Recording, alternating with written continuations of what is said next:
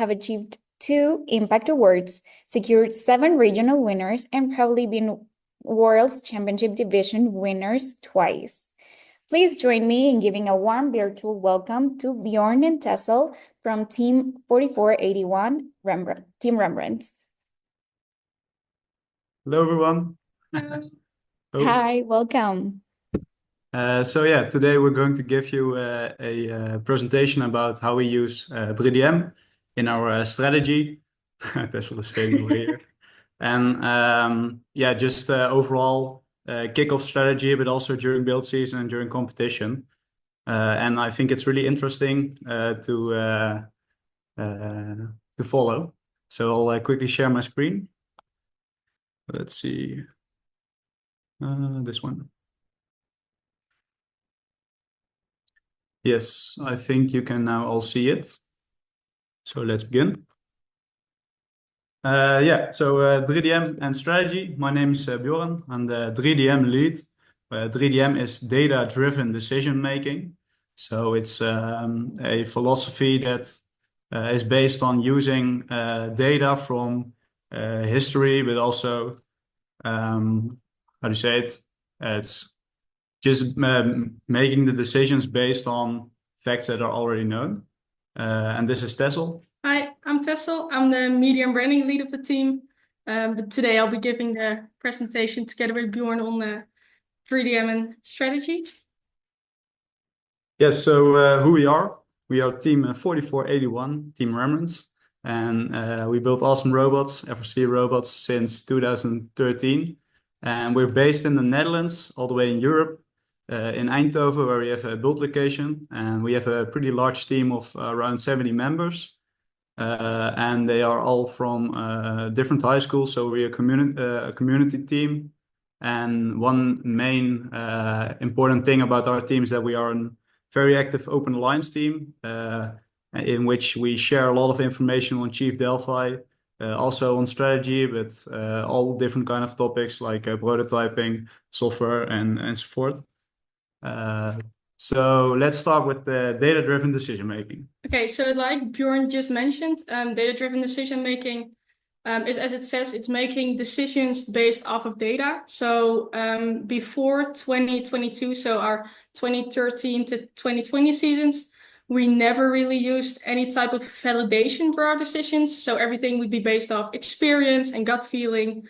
But it also cost us a lot of knowledge loss because so we didn't write down why we made those decisions. So after the 2022 season, we started using data-driven decision making, and now we base all our decisions off of historical data, which also which gives us a strong validation and makes us able to have a quick decision making progress. Yeah, and it's also we can make it more structured. So the decision making is really something that's planned instead of something that just happens.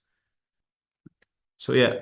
In this graph, you can also see our robot performance over our history of Team Rembrandts. And you can also see that in the past couple of seasons, after we started using data-driven decision making, our performance has improved and kept a stable growth over the past seasons. So how do you use 3DM? Well, for build season, we've designed a 3DM process, which goes all the way from kickoff, throughout the entire build season. So we start. Oh, I was still at the. We start at kickoff. At kickoff day, we do a simple game analysis. We discover different match strategies, come up with a couple of X% rule concepts. The X% rule will be explained later. And we also are sharing our results on our Open Alliance thread on Chief Delphi. So after kickoff weekend, we go into week 1, and week 1 is actually about making the archetype decision. So we start off the week by creating a potential archetype list. We calculate the cycle times per archetype, the archetype scores, and eventually make an archetype decision. Yeah, and to add on to that is also that these archetypes options are based on the success we've had with prototypes. So it's really parallel path between strategy and just the whole team prototyping. Yeah. Then during week 3 and week 4, we make a test plan. So we make a skills requirement list.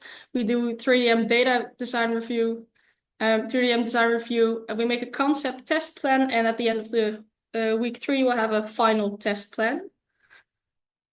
Then from week 4 to week 7, it's all about iterations. So we run tests with our robots or prototypes. We record those tests. We look at the test results and then provide feedback for the design team to iterate further upon our previous design. We'll also dive deeper into all of these stages in this presentation.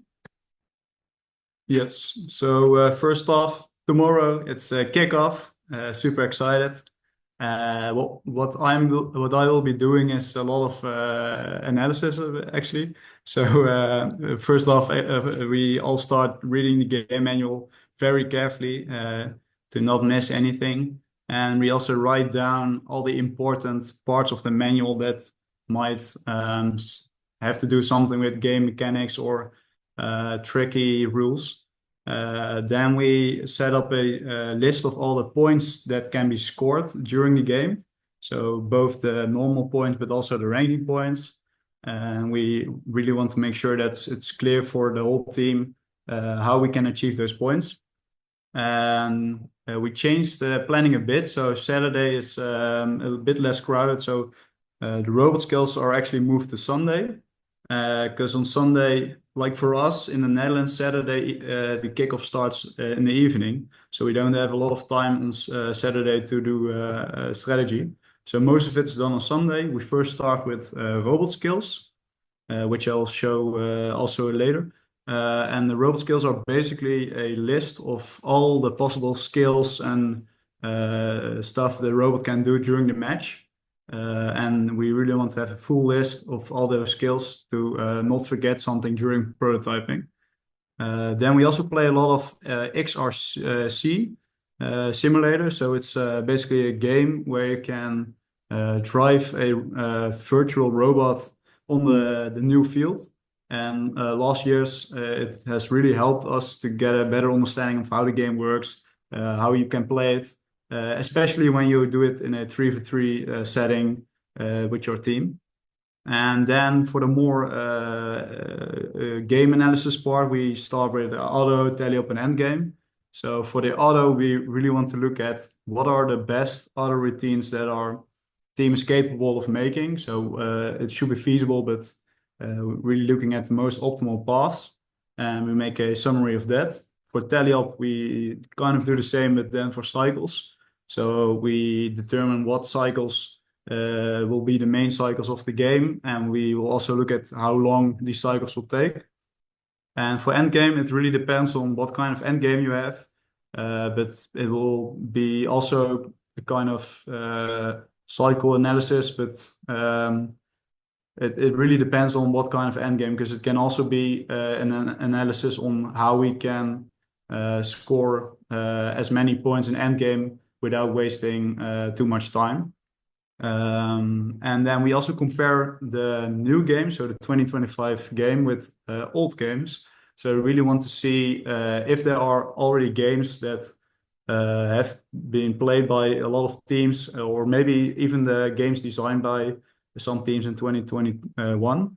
And we basically look at those games and see what kind of aspects are the same, and maybe we try to extract some tips that teams back then used. And then on Monday, we discover the match strategy. So we trying to see the ranking points value. So how much time does it take to get those ranking points versus how much time you would get if you continue scoring other tasks. We also look into the human player. So we realize that the human player is a very important part of the game, where some positions or some tasks that the human player need to do can really have a big impact on the robot performance. So we want to dive into that and see if the human player needs practice and what the focus of the practice should be. We also do human simulated matches, so it's really fun. You get your whole team together to play matches on the actual field with how this is called, wheelchairs. You basically are the robot yourself, and you have to compete with your team members to play the game. And this also, like the simulation, gives a very good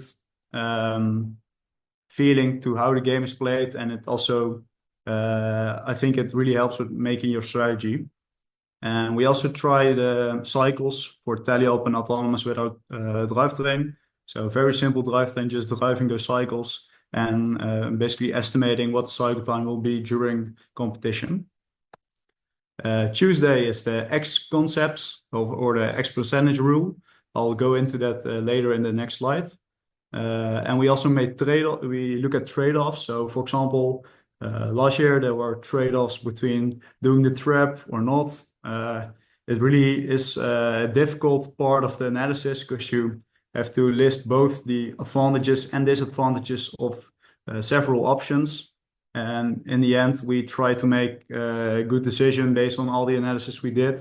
And also our main concept of building simple robots, but perfection, making them perfect.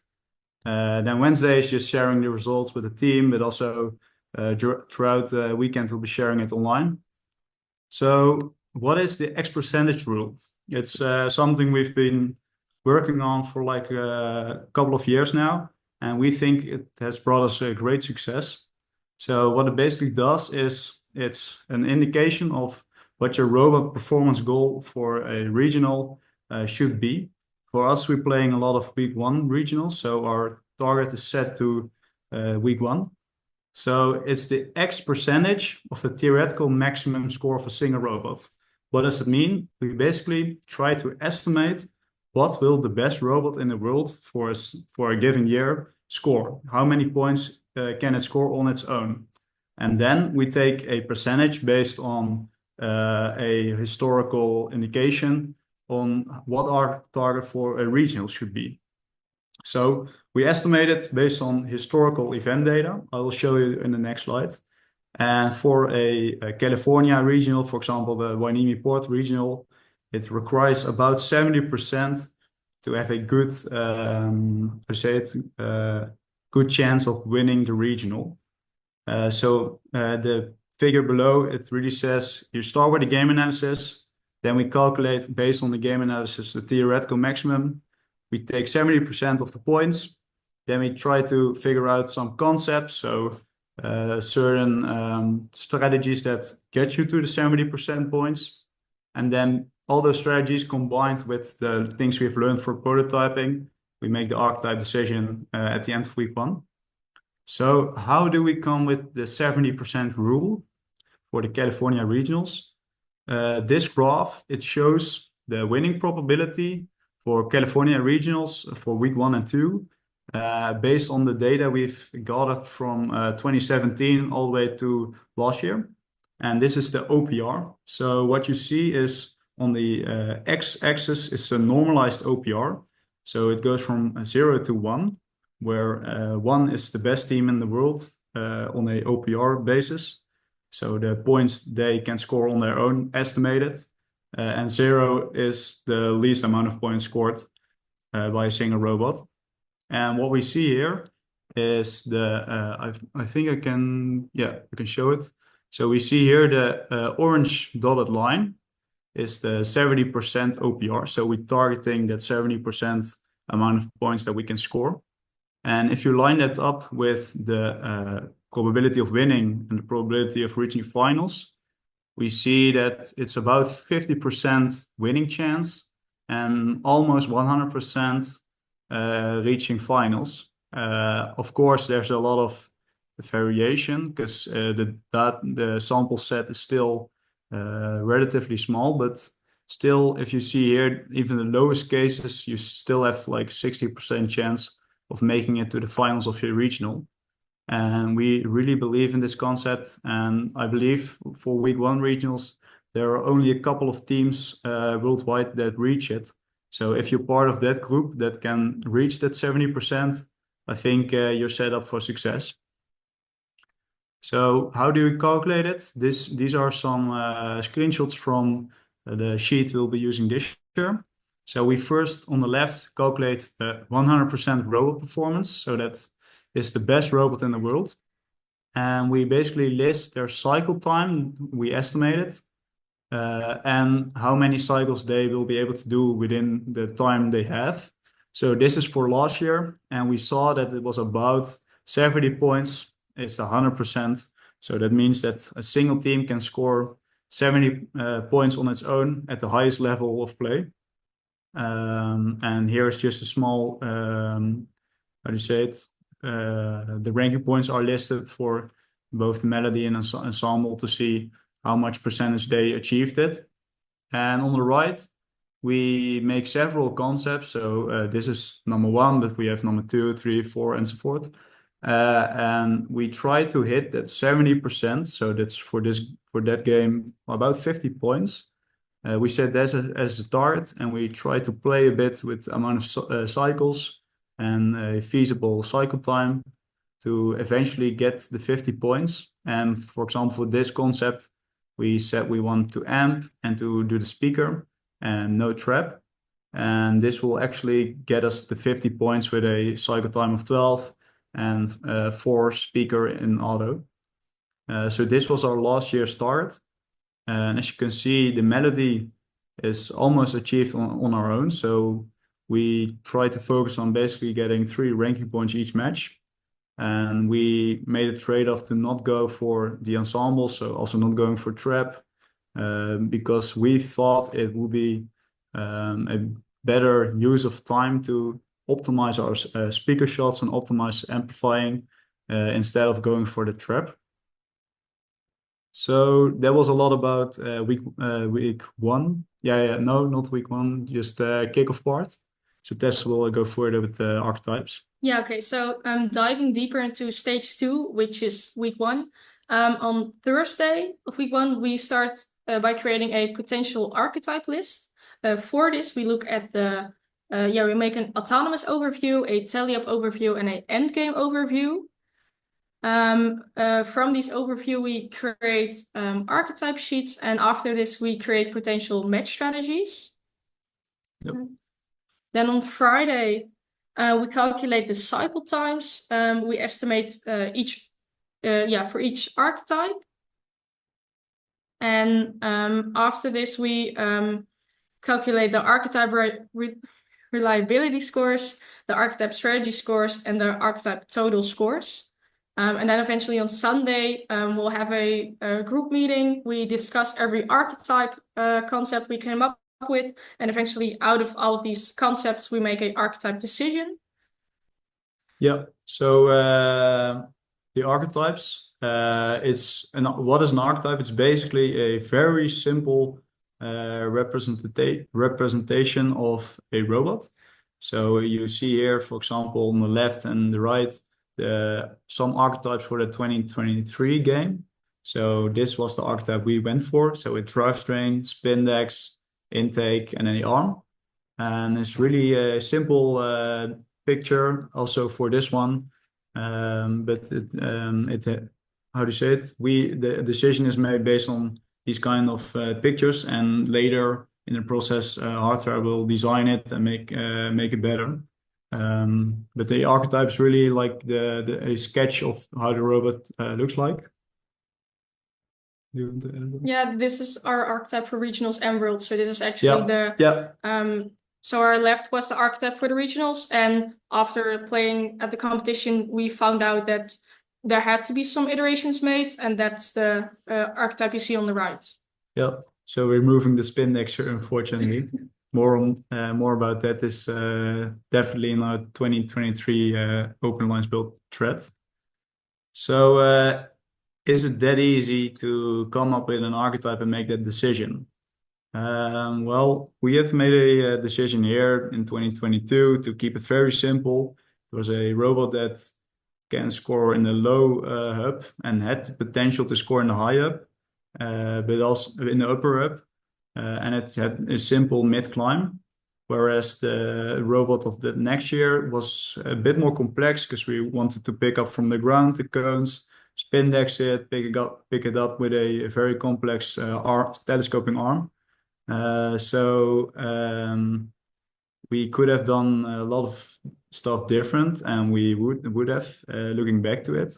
Because, for example, in 2022, we were very simple and it brought great results, but other teams were maybe more effective with complex robots.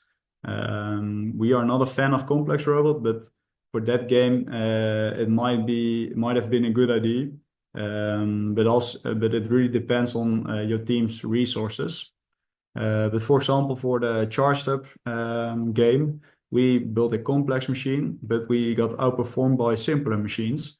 So, for example, 1923, they built a cube runner. So it's basically a simple arm with an intake and the intake-outtake principle that can pick up cubes and shoot them into that grid.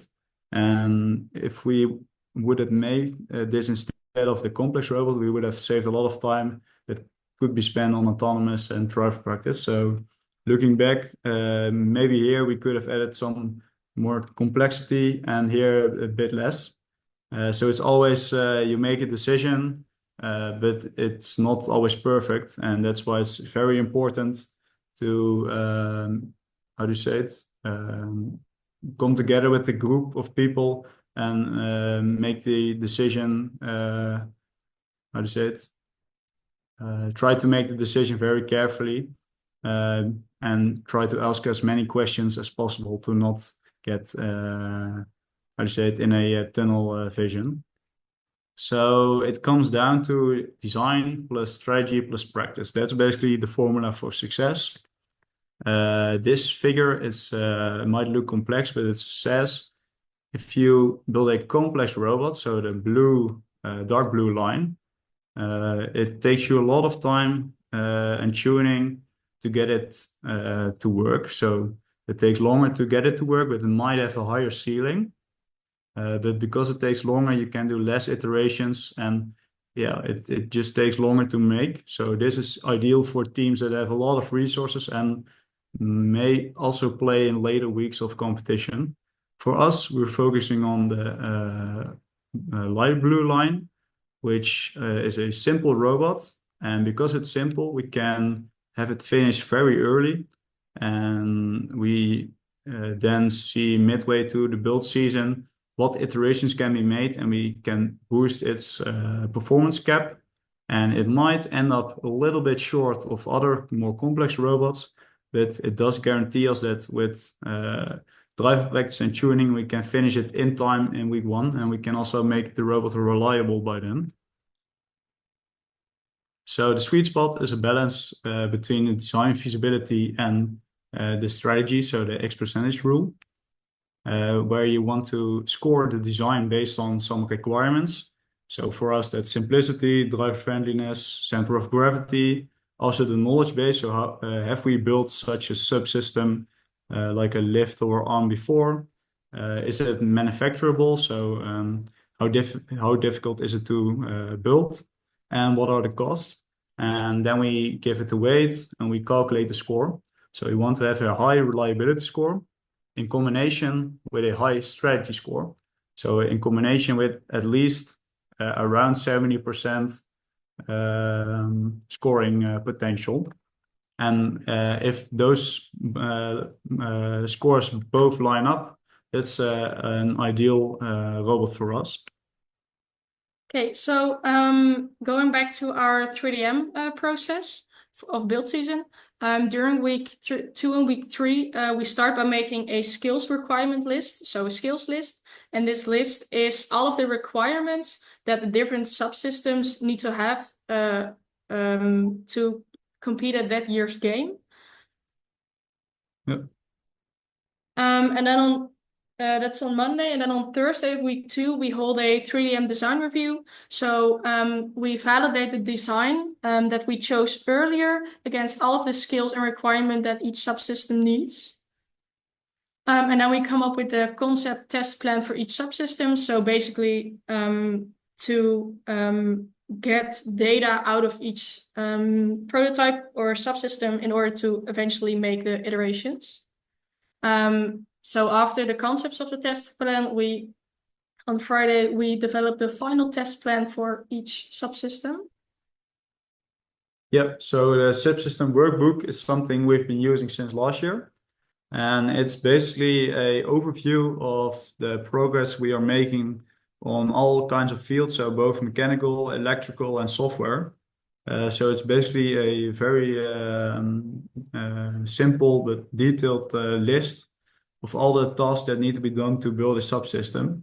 And this has helped us greatly throughout the season, just to track our progress and notice if we're behind on our planning. So going back to the 3DM process, from week 4 to week 7, as we said, we use our test plan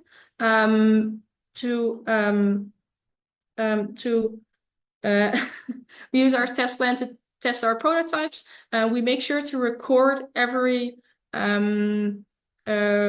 Test. test of the subsystem, so we can watch those videos back and use that data as feedback for the design. So as you can see, we go from design to test and then go back to iterations.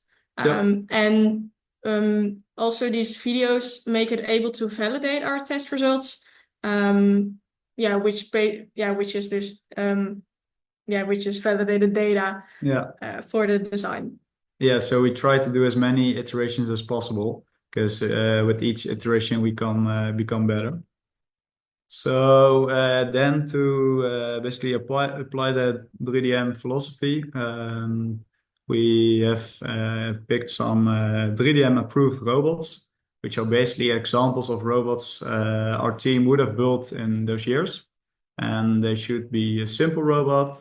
It should be focused on only a few parts of the game. So 3DM approved robots for our team are robots that don't do every part of the game, but try to focus on certain parts to make them perfect instead of doing everything but mediocre. And then also the robot can contain trade-offs between points versus ranking points, and there's a good example of that. So first off, 2019, 2 robots, 973 and 2910. You'll see these robots in the next slide also. What they did very cleverly is they skipped the level 3 of the rocket. So they built an elevator, but it can only reach to the 2nd level. And in this way, they limit themselves from scoring the rocket ranking point, but it enables them to build a very simple elevator and also a simple robot. And this way, they were able to basically cut a lot of time of their development and put it into autonomous development, but also into driver practice. And for them, it worked really well, and they were one of the top scoring robots of that year. Then for the Rapid React season, we have the same teams, and basically they did the same. They kept it simple. 2910, they were very famous for building very low center of gravity robots. So this year they had a very simple robot, just an intake and a shooter. It was with a adjustable hood, but still the robot's pretty simple, and I believe they even managed to make a 6 cargo autonomous, which is absolutely insane.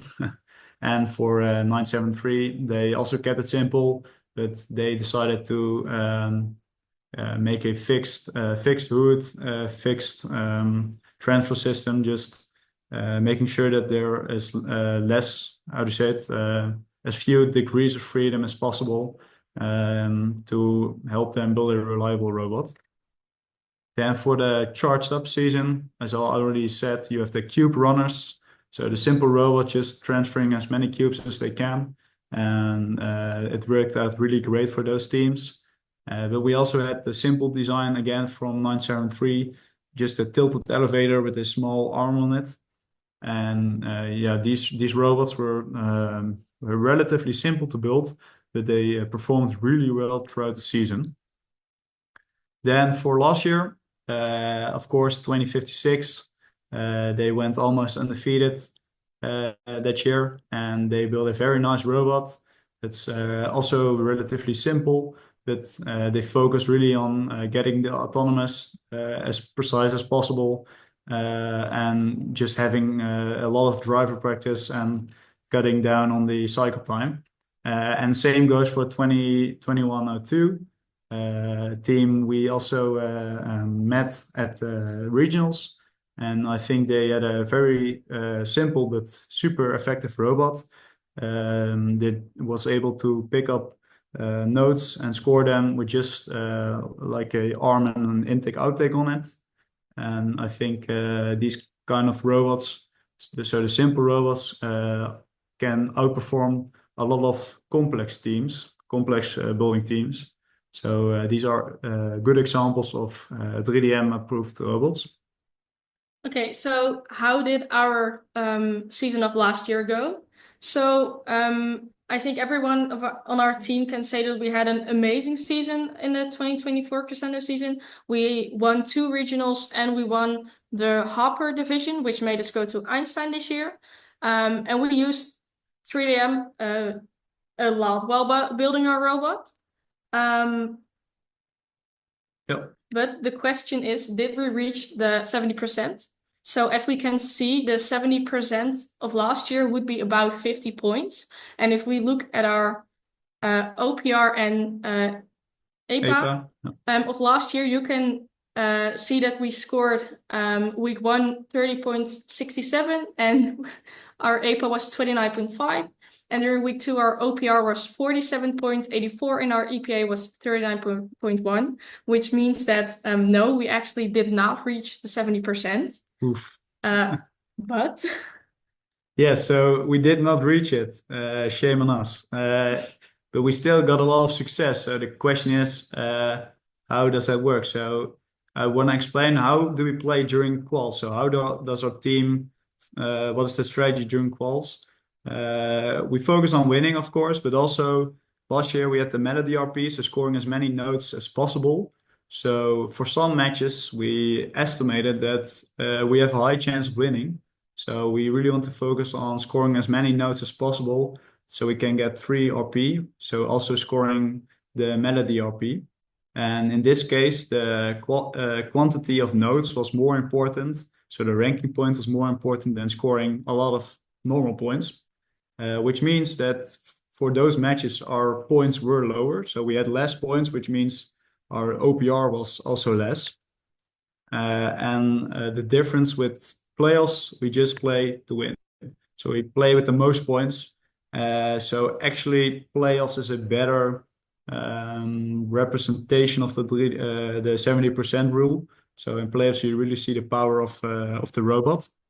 And we did see that. So first of all, week 1, we had a almost solo match. So there were, I believe, 2 robots idle. And we still managed to score about 54 points on our own, which is more than 70%. So this on its own basically says that we can reach it. And we also set the world record during week 2 on 143 points together with High Tide in the playoffs, which also shows that our robot was most capable of winning the event and scoring a lot of points. Our world ranking was at the moment 9th of the world. And we also got mentioned 2 times on the FRC top 25, which we're really proud of. So this means that we actually did reach the 70%, although we didn't. So it's you can interpret it in many ways, but we think that we had a successful season and that the 70% rule worked out for us. So the key takeaways of 3DM. It's like every top team has been saying, is keep it simple, please. A lot of teams, they will try to keep it simple at kickoff, but then throughout prototyping, they find out cool ways to score the game pieces, maybe spin decks, some game pieces, I don't know. And you will be going into a tunnel vision, and soon you will end up with a very complex robot that's not finished for your competition. So really keep in mind, if you're on any part of the team, try to ask many questions. Why are we doing this, and can it be simple? So I would also highly suggest, if your team doesn't have a lot of resources or knowledge, to focus on the most valuable parts of the game. So pick some parts of the game and do that very well, instead of trying to do everything and in the end not being able to do anything. Also, I would recommend to have some of you track the progress your team is making throughout the season. So for both build season and competition, to see how your robot's doing, if it's on track, if you are still following your planning. Yeah, so like I said, ask a lot of questions and stay open-minded. So always ask the why questions to your team. Why are we doing certain things? Can it be simpler? And as a final tip, I would say steal from the best, invent the rest, which means don't try to reinvent the wheel yourself, but really look at other teams. What are they building? Looking at the Open Alliance teams, looking at teams from past years, and really try to gain valuable lessons from them, so you can build your robot better using their expertise. So that's about it for the presentation. Make sure to follow our 3DM progress on the open lines. We'll be posting a lot of posts on there on both strategy, but also about our prototypes, hardware, software, and so forth. So really make sure to check it out. Also check out the other teams, because they're doing a lot of awesome work. And with that, I would like to thank you. And if there are any questions, please feel free to ask.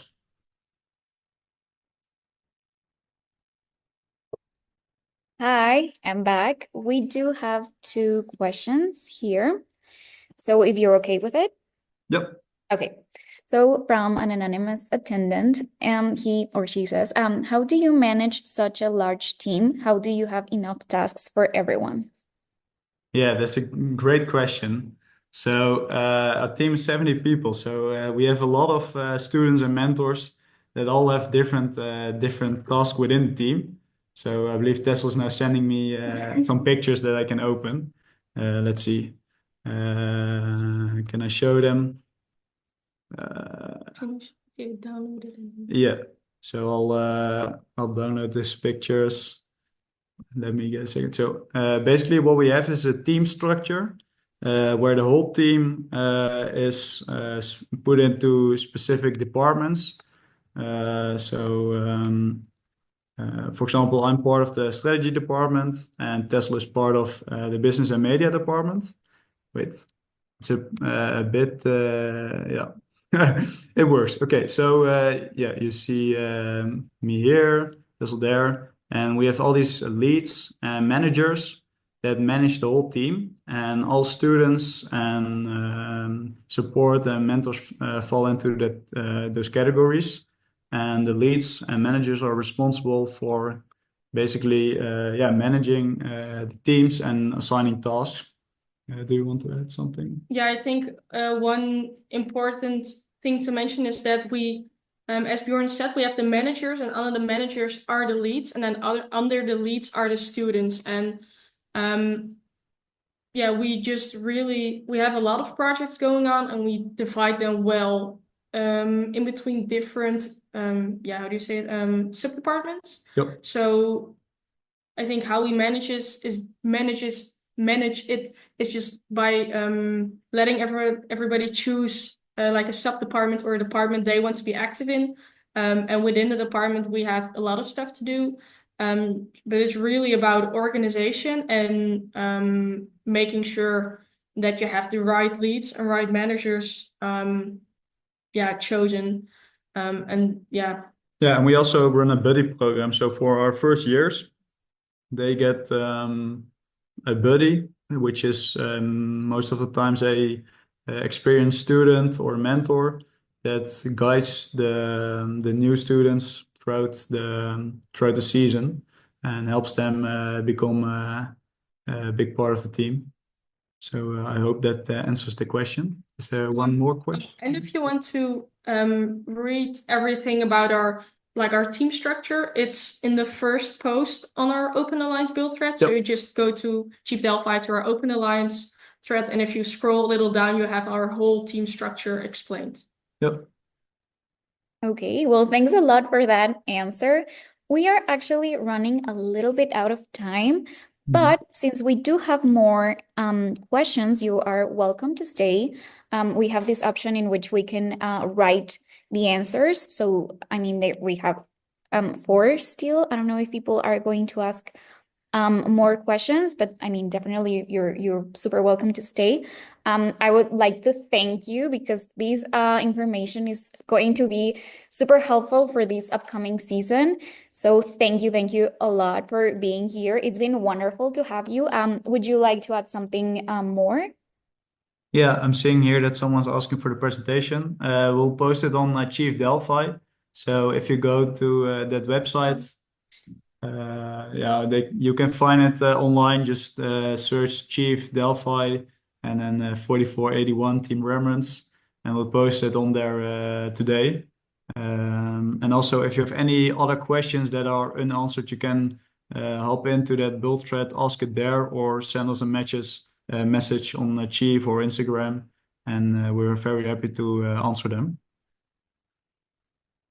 Okay, perfect. Well, thank you. Thanks a lot.